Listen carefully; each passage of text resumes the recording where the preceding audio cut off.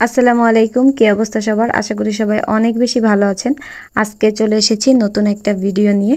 এই ভিডিওটা ছিল যখন ইন্টারনেট ছিল না, জুলাই মাসের দিকে সবকিছু বন্ধ, তখনের একটা ভিডিও ছিল। তা ভাবলাম আপলোড দেওয়া হয়নি, এখন আপলোড দিয়ে যাই। এই ভিডিওটা বানানোর সময় আমি তখন একটা জিনিস রিয়েলাইজ করলাম যে আমরা এই ইন্টারনেটের উপর কতটা ডিপেন্ডেন্ট। কেন?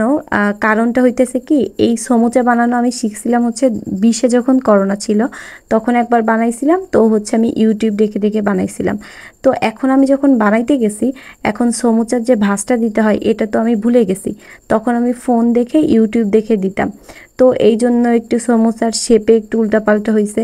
এখন তখন আম্মুকে বলতেছিলাম এখন যদি ইন্টারনেট থাকতো ইউটিউব দেখে দেখে একদম ঠিকঠাক শেপের দেখাইতো, কিন্তু সেটা কোনো ব্যাপার না। শেপ যাই হোক, খাইতে কিন্তু এত মজা লাগছিল। তো আমি প্রথমে নর্মালি যেভাবে আমরা পরোটা বানাই এভাবে ময়দাটাকে মথে নিছি।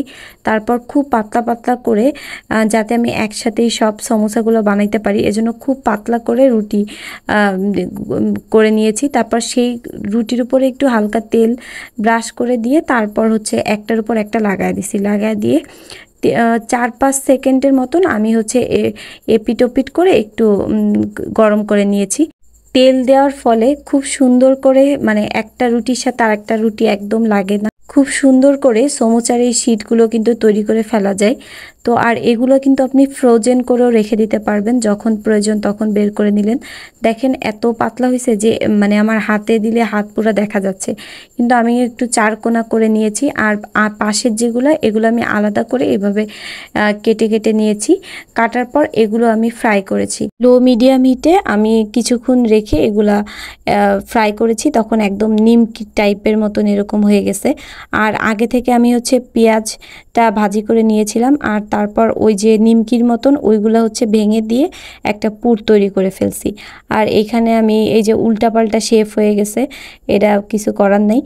তারপর এটার ভিতরে পুরটা দিয়ে তারপর হচ্ছে আমি মুখটা এভাবে একটু আটা দিয়ে লাগায় দিছি, যে খাবার যে রুটি বানানোর যে আটা সেটা পানির মধ্যে একটু মিক্সড করে তারপর এভাবে একটা। কিন্তু বিশ্বাস করেন এই শেপ দেওয়ার জন্য আমি আর আম্মু এত চেষ্টা করছি, আব্বুর কাছে নিয়ে বলতেছিলাম যে আব্বু পারে নাকি, মানে 3 জনে মিলে চেষ্টা করছি। তারপরেও এই যে এরকমই হয়েছে, একটা এক এক রকম। সে যাই হোক, খাবো তো আমরাই। সবগুলো যেহেতু আমরা খাবো না, কিছু হচ্ছে ফ্রিজে রেখে দিয়েছি, পরে ভেজে খাবো। আর এখন হচ্ছে তেলটা গরম করে তারপর তেলের মধ্যে দিয়ে দিয়েছি। এই সমোসা ভাজার জন্য তেলটা কিন্তু বেশি গরম করা যাবে না, একদম লো হিটে আস্তে আস্তে করে সময় নিয়ে ভাজতে হবে। যদি এতে এত মজা হয়েছে, মনে হয়েছে একদম বাইরের সমোসা খাইতেছি, খালি দেখতে একটু অন্যরকম হয়েছে।